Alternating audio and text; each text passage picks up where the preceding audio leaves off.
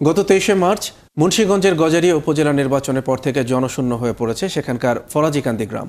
ভোটের দিন সহিংসতায় একজন নিহত হবার ঘটনায় দায়ের করা মামলায় বেশিরভাগ আসামি সেই গ্রামটির বাসিন্দা।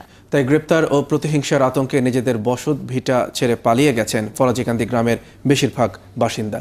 ঘটনাস্থল ঘুরে এসে আরও জানাচ্ছেন মহিম মিজান। ফরাজিকান্দি গ্রামে দিন দুপুরে যেন এক ভুতুরে পরিবেশ। লোকজন নেই কোথাও, স্কুল বন্ধ, মসজিদে আজান হয় না। এত বড় গ্রাম যেন এক মৃত নগরী। দূরে দেখা গেল দুইজন ফেরিওয়ালাকে। কই থেকে আসছেন আপনারা? ভাই আইসি সিডাং করতে। না, এদিকে কি গ্রামে কাউকে দেখলেন?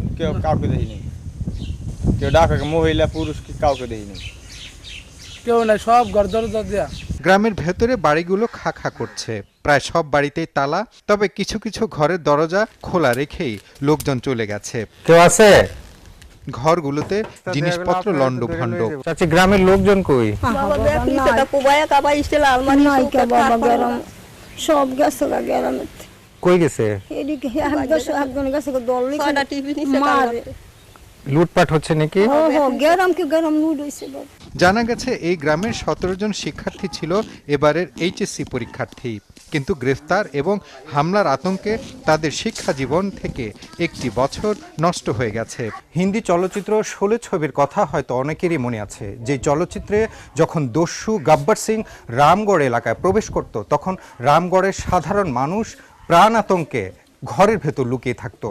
কিন্তু গজারিয়া থানার এই চর বাউশিয়া ইউনিয়নের গ্রামের সাধারণ মানুষরা শুধু গ্রেফতার আতঙ্কে নয়, যে কোনো সময় হত্যার সম্মুখীন হতে পারেন সে আতঙ্কে দীর্ঘদিন ধরে গ্রাম ছাড়া।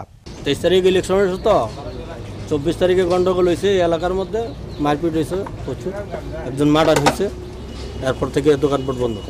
ফরাজিকান্দি গ্রামের আতঙ্কিত মানুষের বিষয়টি জানতে গজারিয়া থানায় গেলে ভারপ্রাপ্ত কর্মকর্তাকে পাওয়া যায়নি। তবে এক এসআই জানান, গ্রামে লুটপাট বা কোনো ধরনের সহিংসতার ঘটনা ঘটেনি। আমরা তো পুলিশ এখানে প্রতিনিয়ত ডিউটি করি, বুঝছেন, এখনো ডিউটিতে আছে, এবং যারা ওইখানে আসামি আছে তারা ভিতরে বাইরে যারা আছে তারা এমনি আতঙ্কে পালাইছে, তারা হলে এমনিতেই ভয় পালাইছে। মূল বিষয়টি আর লুটপাটের এই যে ঘটনাটা উনি বললো, লুটপাটের ঘটনাটা সঠিক না। প্রতিপক্ষের মার খেয়েও গ্রাম ছাড়েনি এমন দুজনের আশা, পুলিশ প্রশাসন নিরপেক্ষ আচরণ করলেই আতঙ্ক কাটিয়ে আবার সরব হয়ে উঠবে ফরাজিকান্দি। মহিম মিজান, ৭১, গজারিয়া, মুন্সিগঞ্জ।